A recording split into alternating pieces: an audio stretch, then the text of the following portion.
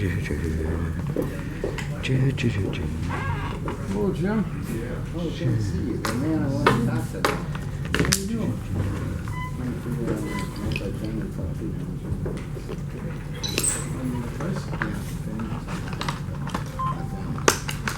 It's a good location.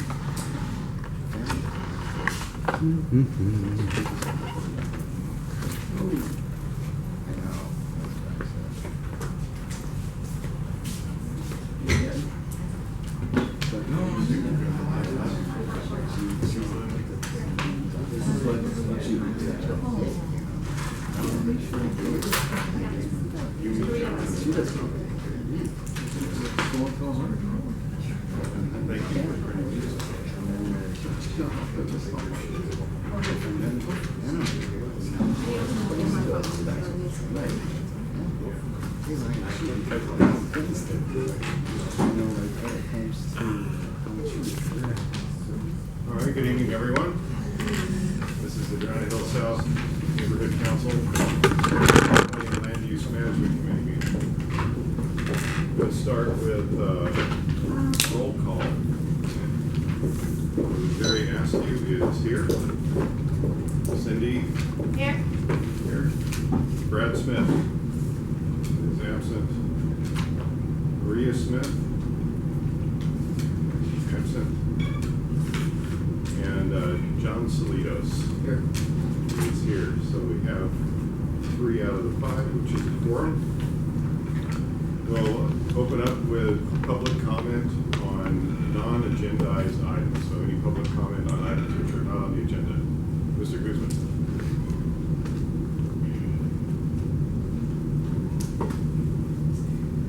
As you know, last month at the August 4th meeting, the issue of the second dwelling unit ordinance being proposed by City Council was referred to this committee. Part of that discussion was that the committee or the neighborhood council was to do outreach to the members of the community to let them know that this topic was going to be discussed.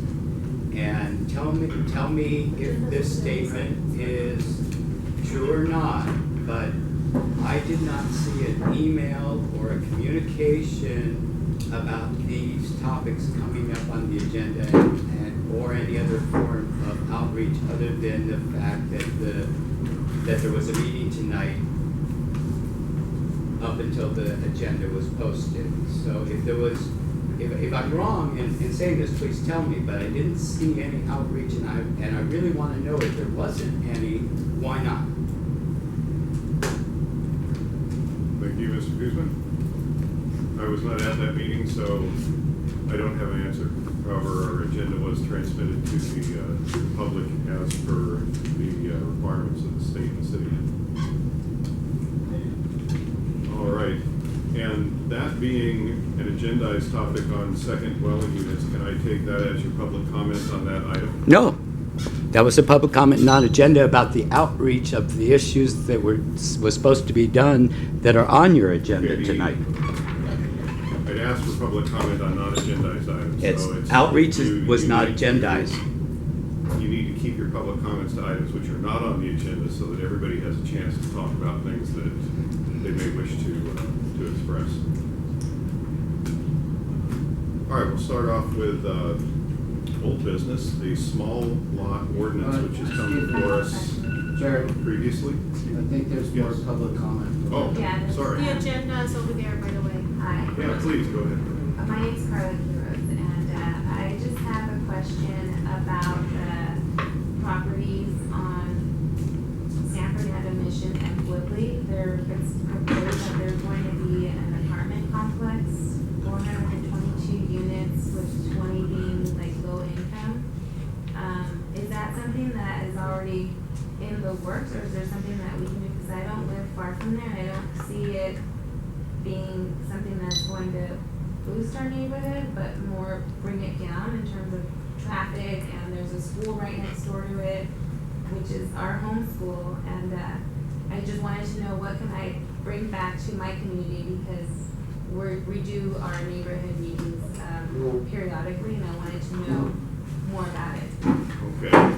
I've seen the issue come up, and technically that. It's Granada Hills that North, I development is in understand. Granada Hills North, but But we're we're aware of still it. saying, Yeah, right. and there's an effect on our area, so we'll look to coordinate with Granada Hills North on that, but we generally let them take the lead in something that's in their area, but we can certainly weigh in on it to the extent that it has an effect on our area.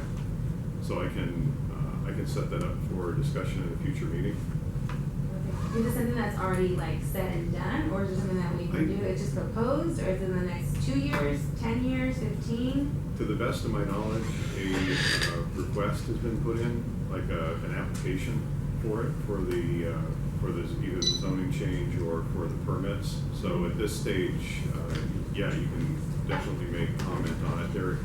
There would typically be an official hearing with the city planning commission on that. So you want to keep an eye out in the immediate vicinity where it's going on, right there at the shopping center. They'll have to post a notice. I think it's 2 weeks or 30 days prior to the hearing.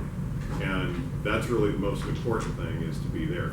As a neighborhood council, we can weigh in it also, but we eventually weigh in on it at the hearing. So that's where. Which Granada Hills North will be there. Okay. They will, I don't know. I'm asking.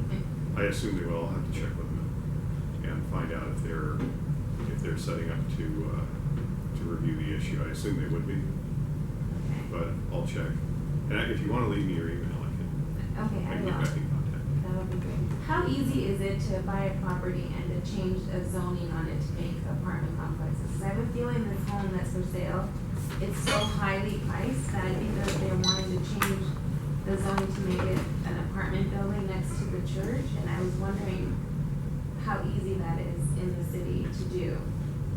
And I'm gonna have to move on from this pretty quickly because it's off the agenda, but since they are a C2 zone already, I think they can put in a multifamily housing in there without even getting a zone change. But they still need to have a permit for the building and such. So yeah, I can get some more information on it. Alright. Just send me your email.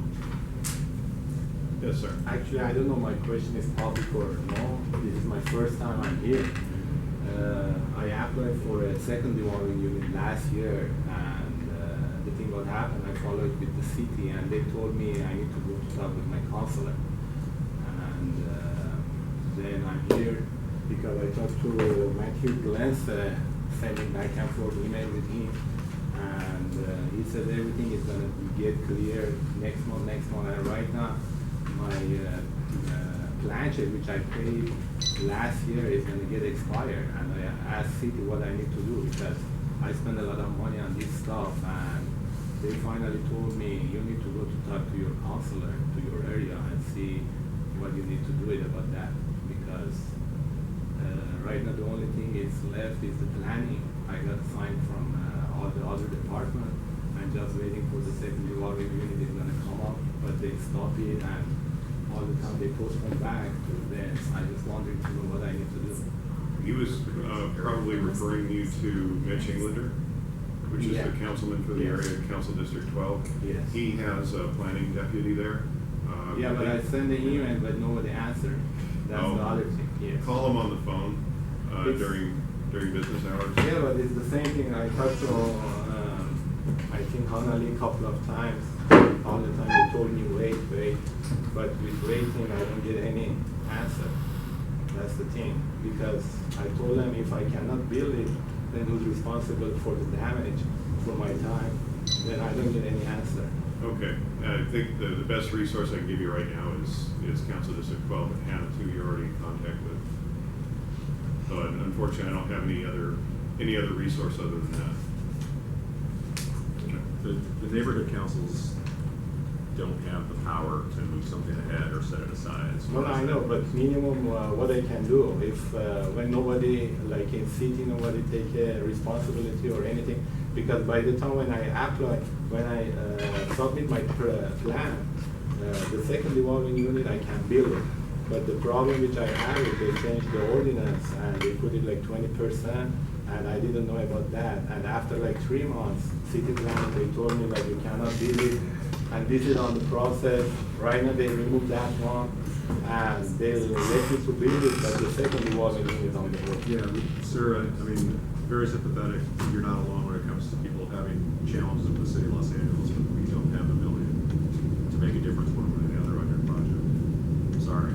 No, I know, but then what I can do for the for those stuff which I spend it, where I can go to follow up. You have to take it up with the city itself, and we're not them. You know, right now you've got your best resource, which is Hannah Lee. All I can say is keep calling, make an appointment, go down and visit, go see either her or Brian O, who's the planning deputy locally here, Okay. and you just have to keep calling. What's the other guy name? Brian. Brian O. Brian O. O-H. Okay. All And right. if you're here a little bit afterwards, maybe we can also chat a little bit after the Okay. Okay, I do want to comment that Brad Smith and Maria Fisk have both arrived. Any other public comment on non-agendized items? Okay, seeing none. We'll move on to the first item, which is the small lot subdivision ordinance. And Maria, you had requested this for the agenda, so do you have, Well, actually, that has already been heard at the city planning commission level. So it's really too late for us to weigh in on this in any way, shape, or form. But what we could do is down the road when some more reports come out, because it's probably gonna go to Plum, and it's probably gonna go through the legislative process, we can take a closer look at some of the reports down the road. But this is more, we haven't met in a while, so this is more of an alert of what's out there, what other areas are looking at. Small lot subdivisions do affect Granada Hills and Northridge and areas here in the valley. So I'd like to have this committee look at some of the reports that are coming up. Let's follow the process. The hearing came and went, so we can't weigh in. okay. Any public comment on this item? Small lot subdivisions? Mr. You know, Cyrus? Go ahead. Well, can't we weigh in at the city council level? Of Or at course, CIS? of course, but, Then I think the time to do it is probably now. well, Then they have to be, at least as part of the record. We know it usually doesn't go our way. But we have to be on the to record. wait till his agenda is something long before we can just send something randomly in. It's already gone through CPC, so the next step is Plum. So if we can get the 30-day alert, we can try and work it at that point. But Can you vote on it now? Can you give us a little, what was the result? well, I really don't know the result of the hearing, but the small lot subdivisions, what the issue is that Los Angeles, unlike other cities, could really take a look at small lot subdivisions and maybe offer some neighborhood-friendly amendments to it. We had a project such as this, our committee weighed in on. I don't know, Jim, if you were there, I know John was there, and Jerry, you were there. Actually, I checked it out, that small lot subdivision wasn't built, but our problems with the small lot subdivision was that it didn't have a homeowners association. And the houses were built so close to each other, they were an inch apart, so it could have collected dirt. We also had an issue with the parking, the guest parking. It wasn't enough guest parking, so that would spill over into the neighborhood. That project never materialized, but that was some of the issues that came up from our committee, and that we had made recommendations to developers. What are you gonna do with the homeowners association? Who's going to have a maintenance to protect the area? Who's going to maintain that area? Each house is on its own separate lot. It's like a condominium or like a townhome project, but it doesn't have anybody overseeing it. So it's very problematic. So these are some of the things that we can make recommendations on. But I'm gonna tell you, we're gonna get reports down the road from the city planning commission. A lot of people across the city had made recommendations. Slow the process down so that we can have input. So you don't rush this through the legislative process, so that communities can come together. Because these can be very problematic in many communities across the city. They can be very much and there's no regulations on them. So, if you all want to put something in like that, but it's kind of hard at this point to respond, Because there was already a hearing at the city planning commission, so it's going to move through the process. Who knows what those future reports are gonna be? Maybe those recommendations that so many of us made are going to be taken into consideration. I have no way of knowing. Do we have the CPC report yet? Maria? No, we don't. Okay, so it would probably make sense to look at this after we get the report from the CPC. Jim, I think that's a good idea, but I think it would probably behoove us, because, we could be spinning our wheels right now. Some of these recommendations that the communities have made across the city may have already been taken. And then if we're gonna make the same recommendations again, and that recommendation has already been approved by CPC, we're not gonna be looking too smart. You know what I'm saying? Unless, Just trying to check the status, right? yeah. It doesn't hurt to try, and the other thing is a little bit of outreach to get some community feedback on some of this if they knew what it was about. Mhm. But from what I understand, go back to committee and they make Mhm. a decision. Okay. Mr. Kuzma? I just wanted to agree with Jim that even though it might seem like a community impact statement would not carry any significant or weight at this point in time, what we will discover on the next agenda item is that the motion that was being discussed at planning and land use might be amended prior to the city council voting on it, in which case it would be important to have a community impact statement in prior to an amendment being made between planning and land use and the day it's heard by city council. So I would just concur. There's nothing wrong with taking a position, making a recommendation. I don't think it hurts, even if it isn't actually heard by the city council before their decision. At least if it comes up again, they'll know what your position was for the future changes. So, I mean, that's. I agree, but the difficulty for me is we don't have the CPC report. So I think we've got to see that. Okay. Very good. But yeah, we can definitely make a CIS at any time and get it in there, just so long as we get it in there before Plum hears it. Yeah, but I think it's important that we have the CPC results in writing, so that the committee members and the public can review it before we make a recommendation. Because, making a recommendation in a vacuum, we could make some, not. It's just gonna be enough. Is there any other public comment on this item? John? Even we have an existing. Well, you're on the board. What do you make a public comment for? Hang on. Okay. Well, let me just see, are there any other public comment? Okay. Okay, John, please. We have an existing townhouse ordinance that the city's had for a long time. And I haven't seen a matrix between that and the small lot subdivision ordinance. And I know small lot subdivision, they'll have their own individual fee simple land. But the nice thing with the townhouse ordinance is it gives you setbacks, height restrictions, how your community areas work together, visitor parking. It would be nice for us to ask for the city to give us a comparison between the two, so then we can see what the impact would be over something that we already know exists. Makes sense. All right, do we have a motion to postpone to the next Plum meeting? Yeah, motion. Well, we should dispose of it somehow. Move to table it until the next meeting, until we have information we can actually consider. Okay, motion postponed by Brad, second. My second. Second by Cindy Friedman. Any discussion? All in favor? Aye. Any opposed? Maria opposed. Abstentions? John?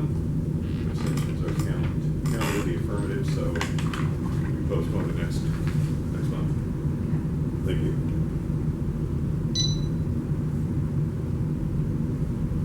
Just want to get, see if I can find out.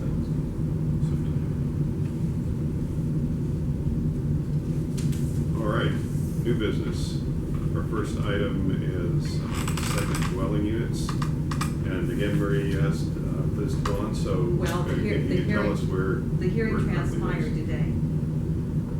So it's a little bit late for this committee to put in a CIS because it went to city council today. The hearing was held. Was it a disposition, did they postpone it, or? No, basically, I was trying to follow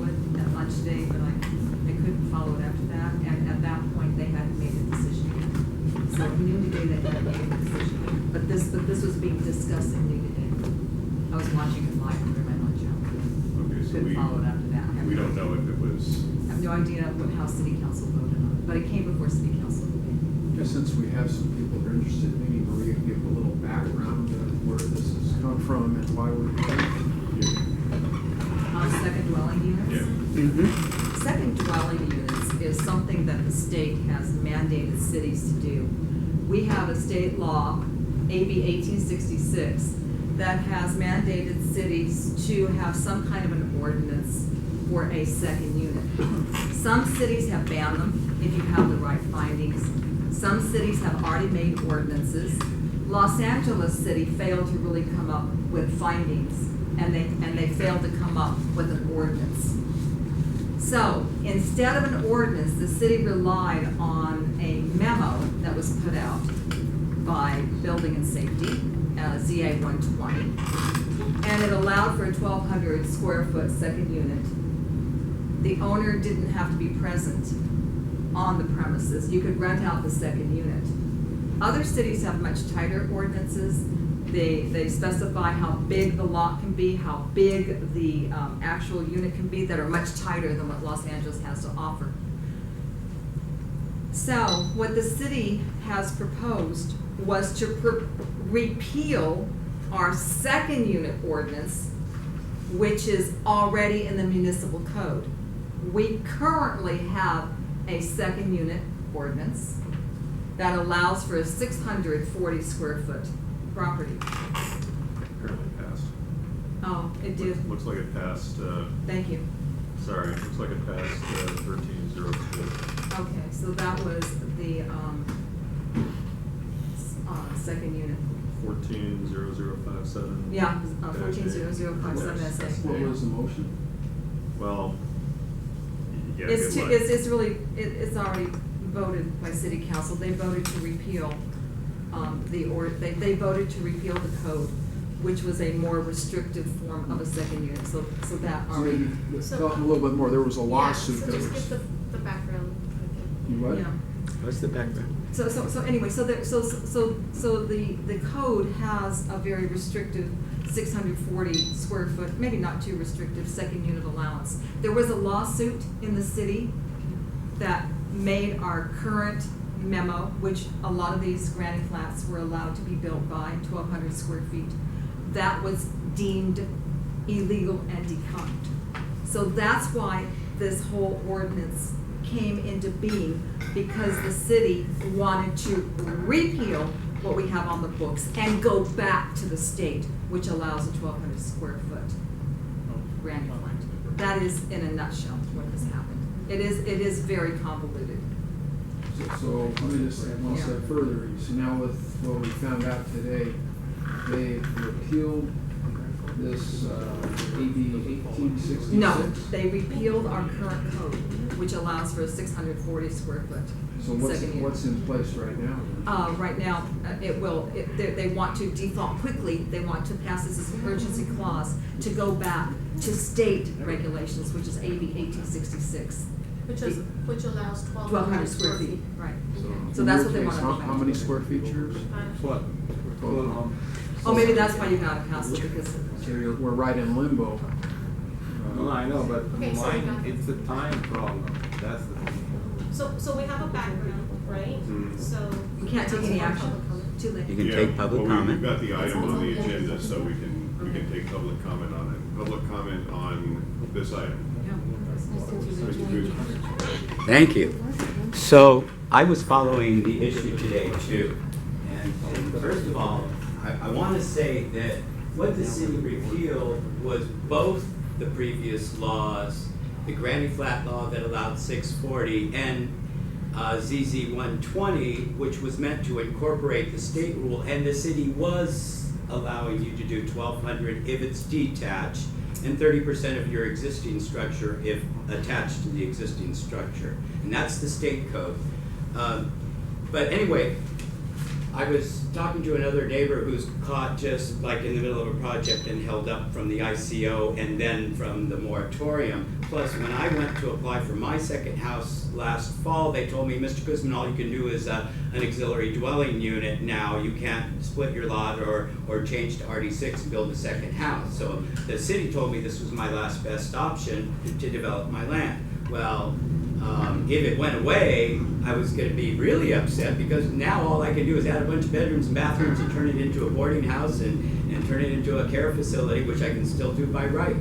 I'd rather not do that. I'd rather have my second dwelling unit for rental income or whatever purpose I choose to use it for. So, but there were two amendments, 19A and 19B. Are you guys aware of them? Yeah, I'm looking at, I'm reading them right now. Yeah, were they passed?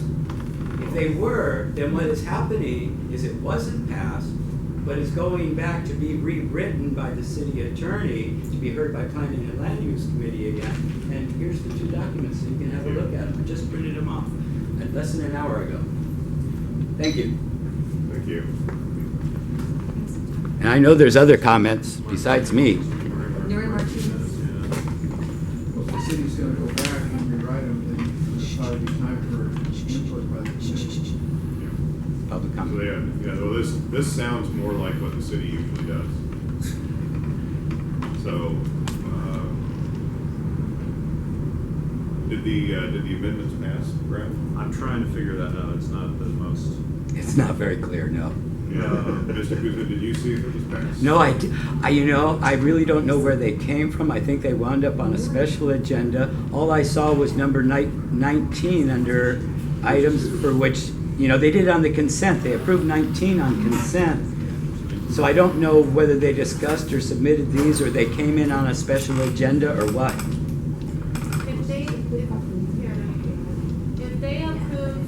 If 19 is on consented agenda and they approve consented agenda means that whatever's in this package, it could be 20 things. If they approve it, that means this got passed. With it. Yes. Whatever the case is, if this is in consented Okay, agenda. so we have amendments to what was passed today. I know, but if what you're saying is 19 was on the consented agenda, Yes. then 19 has been approved. Yeah, If they approve consent agenda, that means 20 things, they'll either approve the consent agenda, pull something out, put it on this itemized agenda, or it just means that once it's a consent agenda, they approve, everything in the consent agenda is approved. Okay, So in this case. here's my thought, since we can't quantify this, and there's two possibilities, it's either done or gone, and we can't do anything about it, or it's gone back to the city attorney, which is gonna be at least Another 2 report. months. And another whole cycle that we probably ought to find out what's going on and address this at the next meeting. I think so. So is there? Any other public comment on this item? I don't wanna, Linda? Yeah, quite personally, I'm in favor of it. I think it's great that we finally get 1,200 square feet for a second unit, because that's really our only option. Since you've restricted the floor area for quote-unquote old Granada Hills to a 60% restriction, more so than the rest of the city. And of course, as you know, you're getting more and more renters, and you're driving out the individuals who've lived here forever and a day, because we can't control our own property. We didn't buy the property with that. And it should go with the property like every other zone change, variance, and conditional use does. So I'm very, very happy that finally the property rights of the citizens are protected, and I certainly hope and pray and will do everything to make sure that it is 1,200 square feet. for Well, this Linda, detached. let me make sure I understand your position. Is it that you want to see less renters and more owners in the area?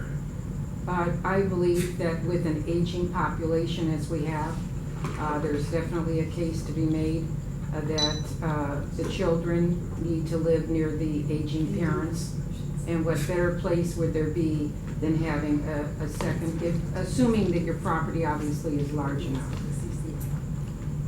that there be a second unit for that purpose, and that's what I'm referring to. A second basically. unit more focused towards a family use as opposed to just adding another renter to the. Well, to the you neighborhood. can't have a family live in 640 square feet. Oh, right. And that's what it was before. Obviously, the children can't live with the parents, which means if that's the situation, then you just have to leave. So 1,200 square feet isn't very large at all, but at least it accommodates the baby boomers getting older, and their parents still, living, and the fact that it's a necessity. So why, if you have a lot that's large enough, do you not see this as an option that you would want, rather than renting out all these rooms, which is what's going on in my neighborhood and has been forever and a day. Yeah, I think that's the exact challenge right there, is how you construct an ordinance like this that allows somebody to bring in an elderly parent or to allow the kids to live there, but doesn't allow the boarding home situations or the proliferation of rentals that we've seen, and that's part of the difficulty in the ordinance. Yeah, I don't think you're gonna have a boarding home with 1,200 square feet. But as far as renting, that's all that's happening in my area. I mean, they're just renting out rooms. Okay, well, we can ready that tonight. Just continue. Okay, well, thank you. Dave? Just one comment. A lot of us live in Old Granada Hills, and like Mr. Kuzman has a 12,000 square foot lot. Mine's almost 18,000. Linda's, you're probably well into triple figures there. I'm over 18. Okay, so let's remember that the majority of homes in our area are tract homes that were built in early to mid 50s, and the average size lot is about 7,500 square feet. So when you stop and think about, if you have a home that's 1,400 or 1,500 square feet already, 1,200 square feet covers a lot of yard and a lot of territory. So I think we should be concerned about footprints here, just in terms of are we actually, if it's up to 1,200 square foot, are we really talking about building a second home on a 7,500 square foot lot? And that's what it sounds like to me. Any other public comment? I think that if you own your home, you should be able to build a second house on it. It's your home. I grew up here. I've lived here all my life. And I want my kids to live with me, but in a different house. So I don't see why I couldn't build another house on my property. Any other? I think we just remodeled, we didn't want to leave for our house, so we added 1,000 square foot on our house. And the thing is, the neighbor around the corner from us, he took his garage and split it into two and added 2 doors onto his garage to put in renters in there. So, which makes me feel like they're not renters that he knows. He's just renting out a room for $500 each room. And, I'm still trying to raise my children, they're little, and, in a nice area, but you're bringing in now so many different people, so many, it doesn't matter whether it's 5 people or 2 people, they don't care. They're just wanting the rent, they don't live there in the property, they're just wanting the rent, money, so, but I thought about it, and I thought it really close, and now that I look back at it, I think I over-invested in my house for the area, so I'm trying to come to these meetings to figure out what's going on in the area. Should I stay, the market's higher now, or should I just leave to a more family-oriented, where there's single-family homes and not these double homes, triple homes, where you're just going to end up renting it out to, whoever. It's not going to be your family unless they're living in with you, or they, supposed to have their own homes already, and the children move on and get their homes. It's going to be for renters and families and multiple. I guarantee it. If we keep letting that building, and the garages converted and those boarding cares and all those places happen in the area. Can I make echoing on that comment? Because, we've been at the ground level with many of these boarding homes and many of these second units and things like that in backyards. We've had some horrible problems with boarding homes. And what happens is the owners who own these properties, we have found, are not necessarily renting out to family members or anything like that. It has been parolees, sex offenders, you name it. Yeah. We've had houses with backyard units that have had upwards of 30, 40 people living in them. parties, drug dealing, crime, 80 calls to police, umpteen calls to fire departments, hazmat units. You have no idea what this has turned the neighborhood into. And being that we are concerned about the crime, the safety, and the character of our neighborhood, this committee is going to be taking your input in that kind of a thing. But you need to realize that we've been at the ground level of some really bad uses here in this area because of double units, because of extra homes built. You know, I think some of us who have signed on to this, we've bought properties in this area, haven't signed on to the boarding house next door. And I think this is something that we need to be very mindful of. In some property, I don't know, I just moved to this area in 2008, and the house which I bought is gonna be my house. I'm gonna live over there forever. In the beginning, I didn't know I can build the second unit anyway in my property, but anyway, my property is big. Half of it is dry out. I don't use it because it's two things. I cannot afford it as a water. In the beginning, I did all grass, but my water bill is coming like $400, $500. And I don't know, some people maybe they can afford it, but like, what's my question? When it's a big property, nobody using that one. If I'm living on this area, because by the time when I hear about the ordinance, they put it for 20%, we cannot build it more than that. I never hear about that. I don't know who decided. But if I'm living on this area, it's my right. I know about anything they decided because I'm part of on this area. And I believe whatever you are saying, if they do party or anything like that, I don't have that problem in my area. I don't know. But anyway, if somebody's doing that stuff, the neighbor, they don't let that. Because if everybody start complaining, like if I do that stuff in my property, my neighbor, he told me before you move here, they have another neighbor. He has all the time he has the problem. And when we move over there, we start watering and everything. He said, I know this guy is gonna stay here because he said during the last 7-8 years, it's like 5 families, they move here, they move out, they make a lot of problems.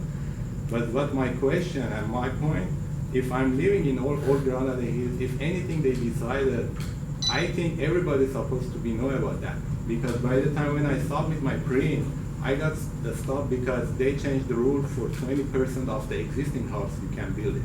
And city planning, they give me back the print and they say you can just build like 450 or 500 square feet. I said, what do you mean? They said, yeah, your old Granada Hills, they request like the new ordinance is like 20% or 120. That has come and gone. That's no longer. No, I know, but fine. but that one stopped me because I stopped like last year around this time my project. But when I went to the city in January to get my print, they told me that ordinance on the power. But after like a month or 2 months, they remove it. But they have the lawsuit for the second unit. Then I need to wait until the lawsuit is goes away. That's my point. If something is going on the our area or our neighborhood, what's my point? If I can help, I'm gonna help. If something they decided is supposed to be everybody, what's my point? We don't have, in my opinion, we don't have anything special. Or if I have, like for example, 70,000 square feet property, in my opinion, nobody using that much big property. Maybe before they have horses or anything, they use it. But right now, it's a lot of property next to me, and I saw all of them, it's drought. Half of it, it's nothing. It's just like a junk or anything. Well, you know what, I really appreciate everybody coming tonight. This is really good to see you all here and to learn about these land use ordinances, because these land use ordinances that the city proposes for our properties affects us in multiple ways. Some people want to use their property one way, some people want to use their property another way. So I think we should all come together as a community and have some very serious conversations about what some of these things propose. Because maybe for you it's an economic benefit or whatever it may be. For your next door neighbor, like maybe some of the neighbors that we've had, it has been a nightmare. This is good conversation, and this is Yeah, but we should going move on. on a little bit long. I think based on what I was saying earlier, that either council has passed this and we are where we are, right now or we've got the amendments out there, and we've still got opportunity to comment. So I'd suggest that we postpone to the next. Yeah. Okay, We have to. motion as such by John. Yeah. Second. So, discussion? All those in favor? Aye. Aye. Any opposed? No. Mr. Guzman, did you have something to add? Yeah, when we have the next meeting, do you think it's possible we could turn it into more like a town hall? So that some of us won't be held to one comment only and might be able to participate in more of a discussion, a town hall meeting about it format, as opposed to this very formal, simple one comment Brown Act format. I'll consider it, but as you know, we are quite constrained by the Brown Act. And I think under Robert's relaxed rules of order for committees meetings, you might be able to do it that way, okay? The Brown Act takes precedence over Robert's rules. Well, again. I'll check with our resources and see what we can do. Thank you. Because I would like to have such a meeting. The question is, would we be vulnerable to somebody making a complaint about said meeting? I won't. And well, that may pave the way then for it. Okay, moving on, thank you. Next item is the home sharing ordinance. Brand new one. And Maria, again, you were kind enough to send this over to us, so maybe you can give us Okay, a background on it. Very good. This right now, this is an 80-page document, and I'm not sure if all the committee members have had a chance to look at. The point of me bringing this up is that our community starts having a discussion about the home sharing ordinance. Again, it can impact uses such as boarding houses, home sharing, and so forth. Initially, the city had come up with a motion to regulate Airbnb, vacation rentals in residential districts. And for some reason, this has all of a sudden taken on a whole new process of home sharing. So now you've got short-term rentals, you've got home sharing. So now people can rent their houses out for 120 days. That's the newest proposals. But it doesn't limit the number of people. So again, this is a very complex ordinance. We need to look at what other cities have done, how Airbnb has functioned maybe in New York and San Francisco. Is this appropriate in some of the tourist areas? But now what Los Angeles has done is convoluted this ordinance and put two separate issues into one ordinance. So I think this is something that we need to carefully look at. Short-term rentals, hotels, motels, 30 days, now all of a sudden has turned into a 100-day ordeal with home sharing added to the mix. Okay, any public comment on this item? Question, if I Come may. back right over to you on Susan. Okay, go ahead. A question. So this is proposed for any rental that's 120 days. So in other words, it's still only for temporary or short-term Yes. occupancies. Yeah. So meaning if you rent a property out to a student for a semester, There you you'd go. be okay. No. You would No, not be oh, okay, it'd be because it's okay over for 120 days. And you'd be taxed for it. If it's That's- over 120 days, you're Under taxed for it? 100. Right. Under. But so if they're there for the whole semester, they're there longer than 120 days, Then and the that's people are different, okay. that's long-term. Okay, that's good. Got it. I was really confused when I saw the title and it It's didn't say very anything about confusing. temporary. This But is we'll very- discuss it more next month, right? We shall see any other public comment. Yeah, I think we have to be really careful with that, because I think my friends over in Elizabeth Canyon, they, one house was already empty, and they rented, I guess they got, I don't know if it was through Airbnb, and they rented it for the weekend, and they're the ones that heard, the neighbors down the street were the ones that threw the party, and they were busing in people from who knows where to this party, charging $40 for the males and $20 for the females, not knowing, or contacting the association, or not knowing anything about what was going on. And it was a huge party, and it was on the news, and that's where that person got killed at one of those That was it. parties.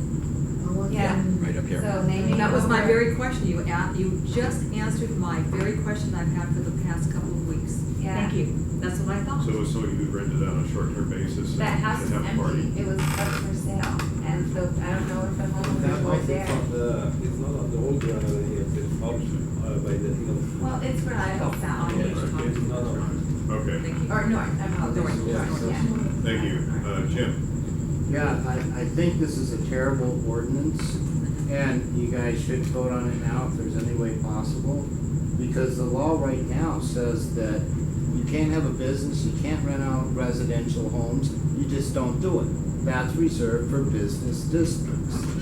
And it's a simple thing. And this is not like a new ordinance. I've seen the thing pop up back every 2 or 3 years lately under different names. Before it was called a short-term ordinance, and everybody was against it. Now it's popping up now. And this also requires the city to be organized enough to enforce this, which they don't do anyway. So it's really something that the developers and Airbnb have been pushing, because it's just for money, but it destroys neighborhoods.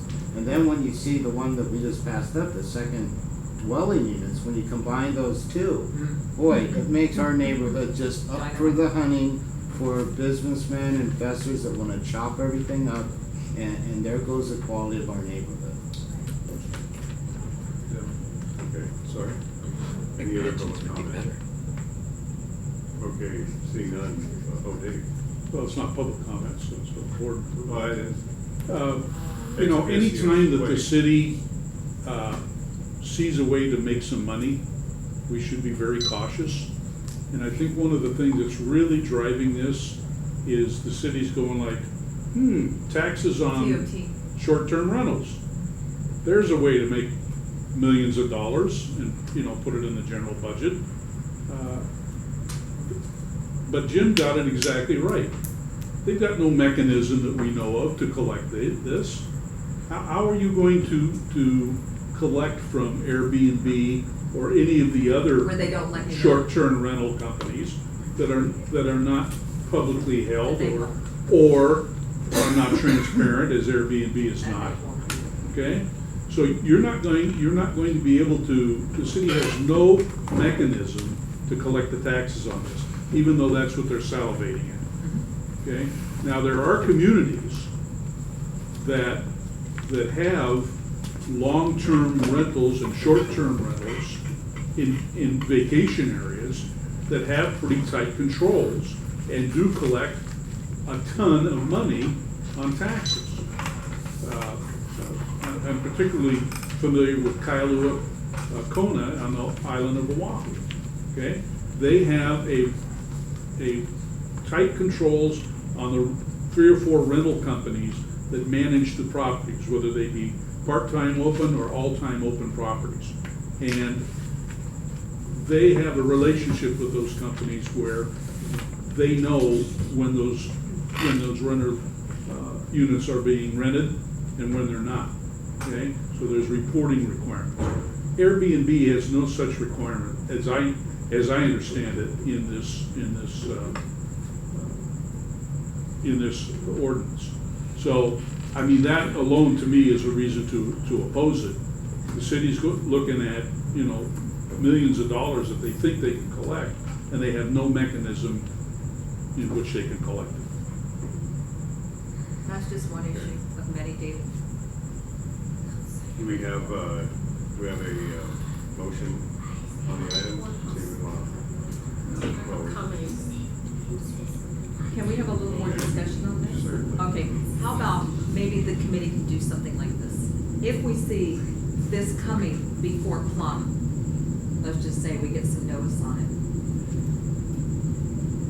I think we need a little more time. I mean, we could say we could put a CIS and just say we oppose, if you want to do that for right now, and then just maybe, if we see it coming before city council or before Plum or before some kind of other body, we can have an emergency meeting and then maybe give some more input to some of the reports that are coming up, because this ordinance will probably have more reports and, you know, following that we can comment on.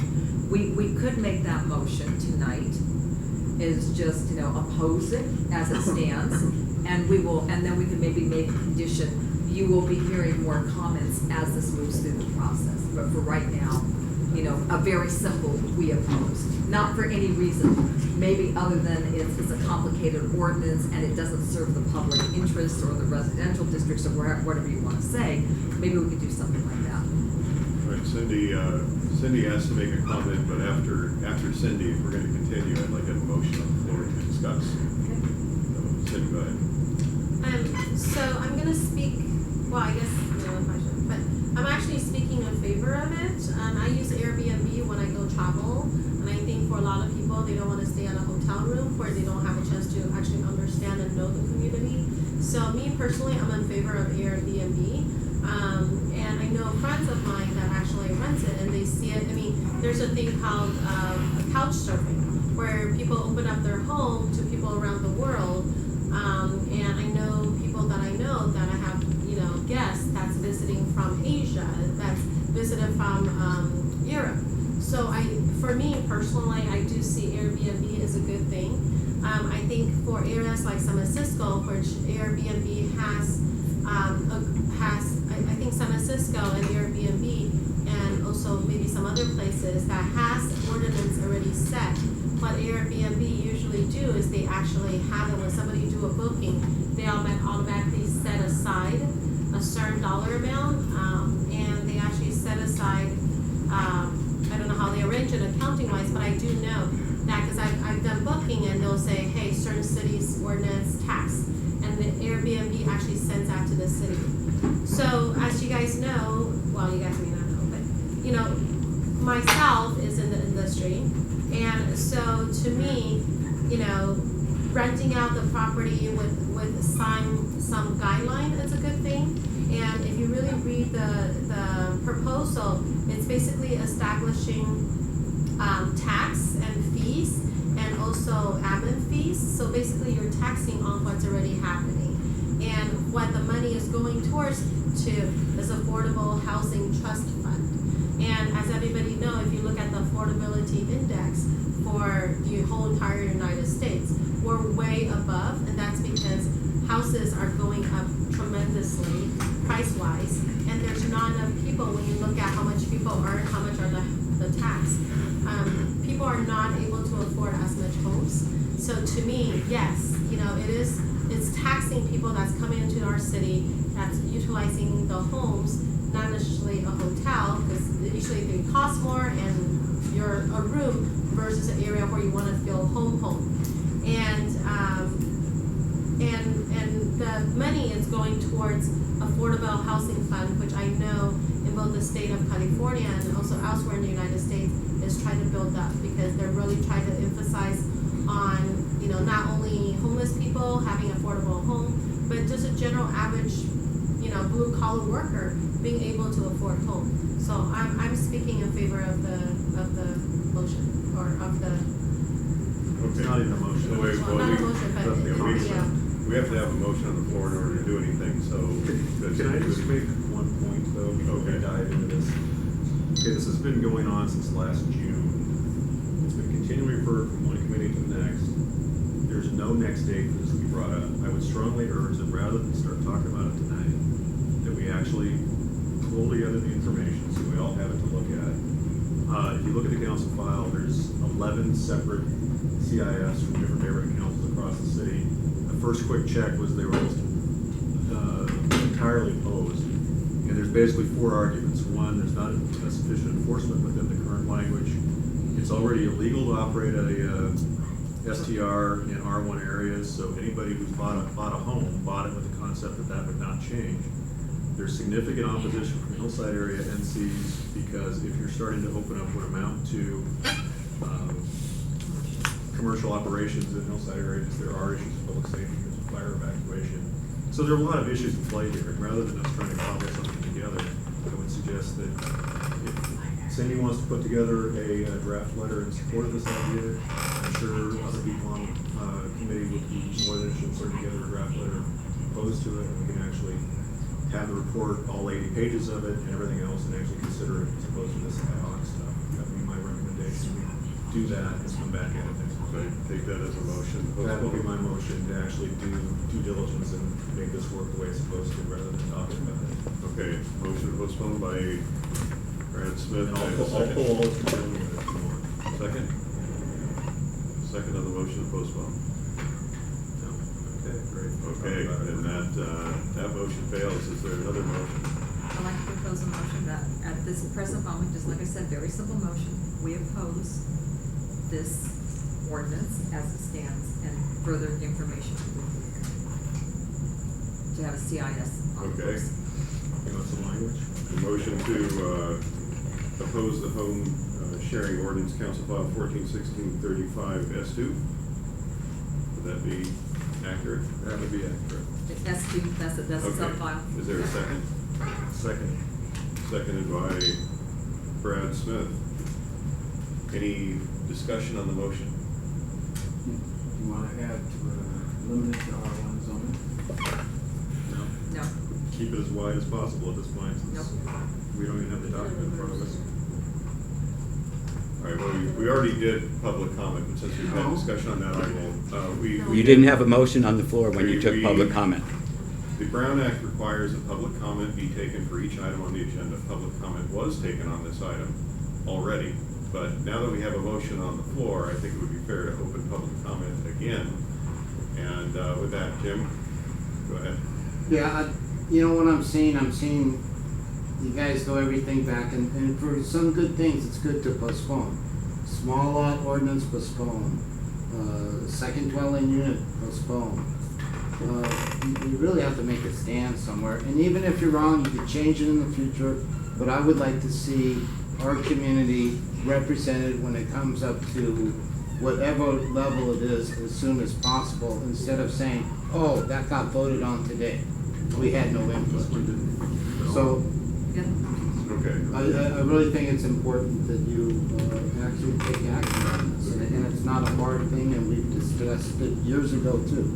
Okay, Mr. Kuzman, you had. I just want to say I'm opposed to the motion as stated. To blindly oppose this 80-page thing that we were just told about without reading it first, because the idea of the community impact statements is there are 5 different ways you can do them. You can oppose, you can not oppose, you can oppose with condition, you can not oppose.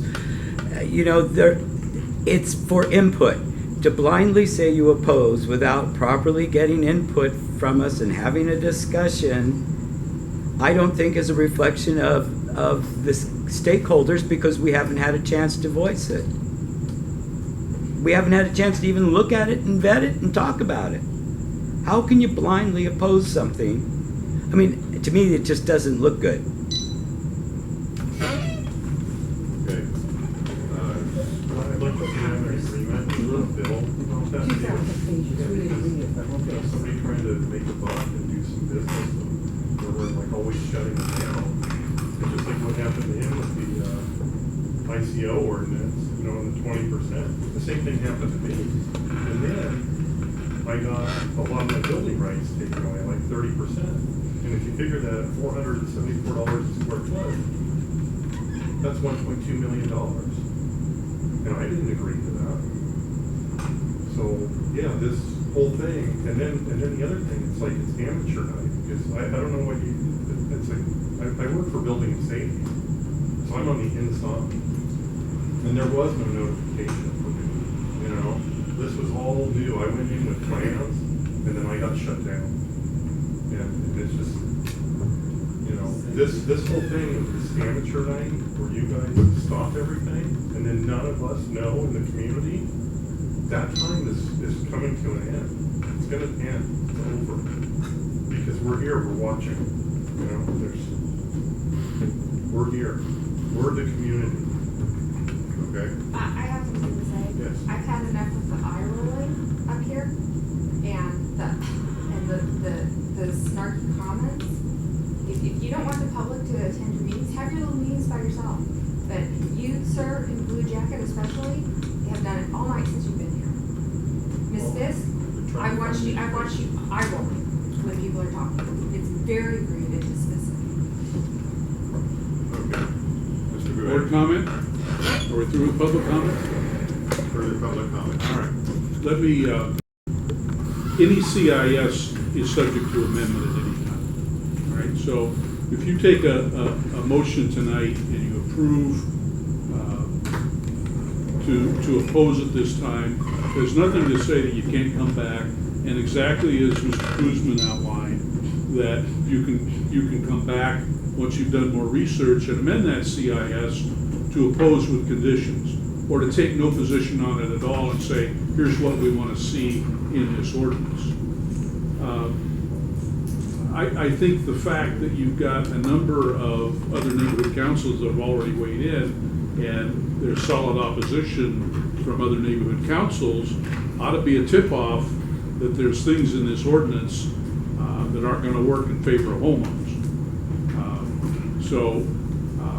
I see nothing wrong with taking a stand tonight and saying, we'll oppose this in its present form, and then coming back after you've done more research and saying, okay, we're going to change our position to oppose with conditions, and then outlining what conditions should be met. If you don't take any action at all, then we've taken no action at all, and our voice isn't heard. So I agree with Jim that at least take a stand at this point, because you can always modify that stand at any time. Okay, thank you, Dave. And just to refresh my memory, Maria, the motion was yours. Who seconded? It was Brad seconding? Okay. Any further discussion by the board? All right, we'll go to a vote. All in favor of the motion to file the CIS opposing the home sharing ordinance, Council File 14-1635 S2, please say aye. Or actually, raise your hand. So we've got John, Seletos, Maria Fisk, Brad Smith. All opposed. Cindy Friedman, the chair will abstain, and the motion carries.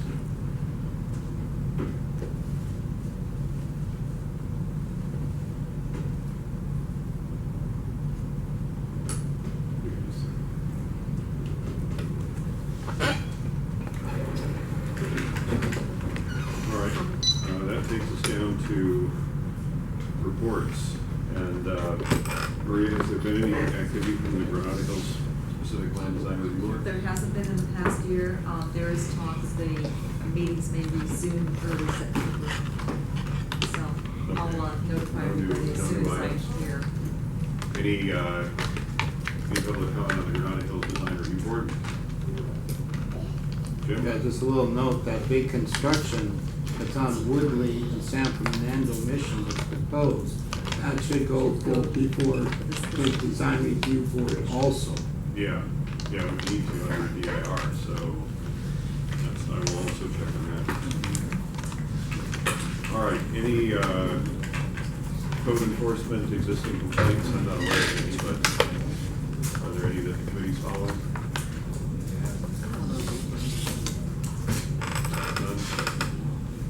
Okay. Public comment on that item? Anything on code enforcement? Okay, seeing none. The last thing related is the specific plan commercial district and any enforcement items open in there, which again, I'm not aware of any that are current. Okay, public comment? All right. That takes us to the end. Motion to adjourn. Oh, sorry. Thank you. That was on the second page. Closing remarks by the committee members. Dave, I'll start with you. Do you have any closing remarks or items for next month? John? No. Maria? Brad? Yeah, as a newly appointed member, and oddly enough, I think I'm actually closer to Mr. Kuzman on this than I've been on any issue ever before. I would really appreciate that if we're going to have agenda items, that we have language in terms of motions, and that there be a full packet with the appropriate material. Because otherwise, we're throwing darts in the dark. Noted. Thank you. Cindy? So I'd like to request for, okay, obviously, item 3A, 4A, and we just passed a motion for 4B, but I'd like to have 4B to still be on the agenda for next time, so we can make any kind of amendment to the CIS or anything else. I would agree with that, frankly. Well, I can put that on there as the chair, so it's not a problem. All right, Oh, I have no. Oh. Sorry. And I want to thank everyone, all the homeowners for being here. I think it's great, so thank you. I have a question real quick. How do you get your information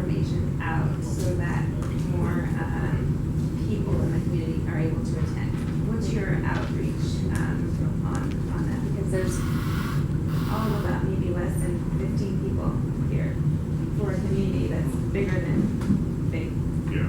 And I kind of agree with this couple here a little bit, that I was shut down a little quickly, and, to move on when it's just me and 10 other people here. What's your outreach like? How can we get these meetings more attention from the community? Well, we have a website, GHSNC.org, and you can sign up there for the email blast, which will consist of the agendas. You can also get those through ENS. Yeah, So, if you're throwing out things like Brown Act, CIF, all these terminology, I'm a registered nurse in a hospital, and I don't throw out my medical terminology at you guys. If you're in the medical field, you'd understand that, but I'm not in the field that you guys are in, so it'd be good if you could just elaborate a little bit on your, language as to get your message out, to make it faster for you, would be great. But, so, like, on your website then. So the website and the city's, apologize for the acronyms, the early notification system, which you can get from lacity.org, and all of our agendas will go out via that. On occasion, we'll do further outreach. We've distributed pamphlets at affected properties before, but it's hit and miss with outreach. We've done mailings in the past, a few years ago. Are you guys on Next Door Granada? We are. Okay. All right. Okay. Thank you. Just We got a have quick- one more comment then.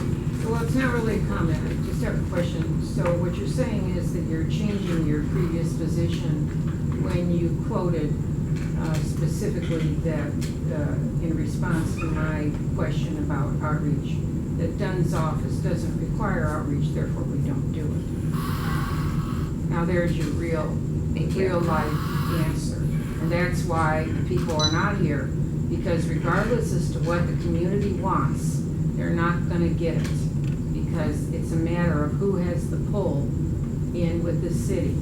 And even if you have all 2,400 homeowners in Old Granada Hills signed in petition stating they do not want the restriction, it would still go through.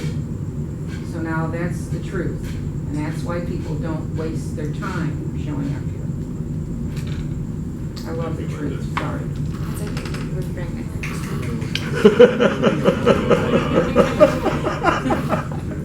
Should I delete that from the video? That's great, that's what we need to know. That's all it's about.